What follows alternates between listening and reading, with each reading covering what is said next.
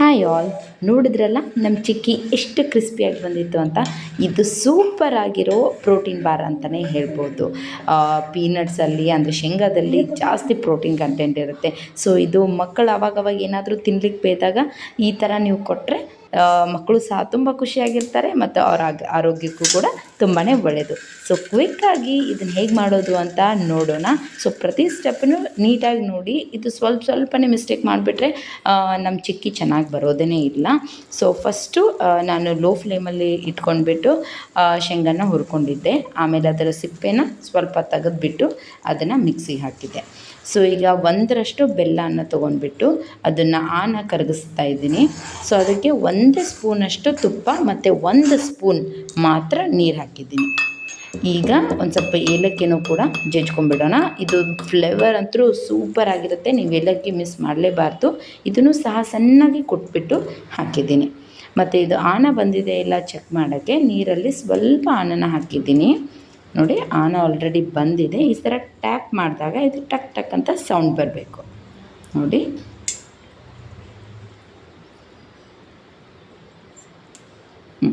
ಅಂದರೆ ಇದು ಕ್ರಿಸ್ಪಿಯಾಗಿ ಬರುತ್ತೆ. ಇಲ್ಲಾಂದರೆ ಮೆತ್ತಗಿತ್ತಂದ್ರೆ ಏನಾಗುತ್ತೆ, ಚೆನ್ನಾಗಿ ಬಂದಿಲ್ಲ ಅಂದರೆ ಚಿಕ್ಕಿ ಎಲ್ಲ ಮೆತ್ತಗಾಗಿ ಹೋಗ್ಬಿಡುತ್ತೆ. ಓಕೆನಾ.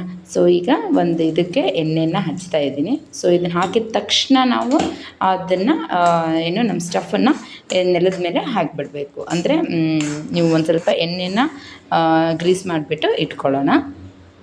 ಸೊ ಈಗ ನೋಡಿ ಇದಕ್ಕೆ ನಾನು ಪೀನಟ್ಸನ್ನೆಲ್ಲ ಮಿಕ್ಸ್ ಮಾಡಿದ್ದೀನಿ.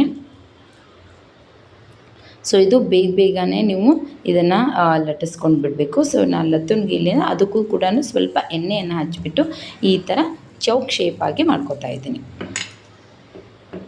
ನೋಡಿ. ಮಿಡಲ್ ಲಾಸ್ಟಿಗೆಲ್ಲ ಈ ಥರ ಟ್ಯಾಪ್ ಮಾಡ್ಕೊಳ್ಳಿ, ಇದು ಸ್ಕ್ವೇರ್ ಶೇಪ್ ಬರೋಕ್ಕೆ.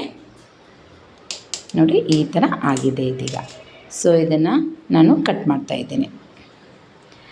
ಇದು ಬಿಸಿ ಇದ್ದಾಗಲೇ ನಾವು ಇದನ್ನು ಕಟ್ ಮಾಡಿಬಿಡಬೇಕು. ಇಲ್ಲಾಂದರೆ ಒಮ್ಮೆ ಇದು ಅಂಟ್ಕೊಂಡ್ಬಿಡ್ತಂದರೆ ಬರೋದಿಲ್ಲ, ತುಂಬ ಡಿಫಿಕಲ್ಟ್ ಆಗುತ್ತೆ. ಸೊ ಇದು ಬಿಸಿ ಇದ್ದಾಗಲೇ ನಾವು ಬೇಗನೆ ಈ ಥರ ಕಟ್ ಮಾಡ್ಕೊಂಬಿಡೋಣ. ಸೊ ಚಾಕು ಕೂಡ ಸ್ವಲ್ಪ ನಾನು ಎಣ್ಣೆನ ಹಚ್ಚಿದ್ದೀನಿ ನೋಡಿ. ಇಷ್ಟು ಕ್ರಿಸ್ಪಿಯಾಗಿದೆ ಚಿಕ್ಕಿನ. ಆ್ಯಕ್ಚುಲಿ ಇದನ್ನು ಸಕ್ಕರೆ ಹಾಕಿಬಿಟ್ರೆ ಮಾತ್ರ ಏನಾಗುತ್ತೆ, ಈ ಥರ ಕ್ರಿಸ್ಪಿನೆಸ್ ಬರುತ್ತೆ. ಬಟ್ ನಾವು ಇವತ್ತು ಬೆಲ್ಲದಿಂದನೇ, ಆರ್ಗ್ಯಾನಿಕ್ ಬೆಲ್ಲದಿಂದನೇ ಇಷ್ಟು ಕ್ರಿಸ್ಪಿಯಾಗಿ ಮಾಡಿದ್ದೀವಿ. ಅದು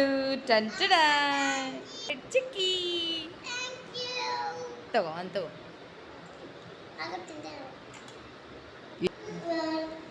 ಥ್ಯಾಂಕ್ ಯು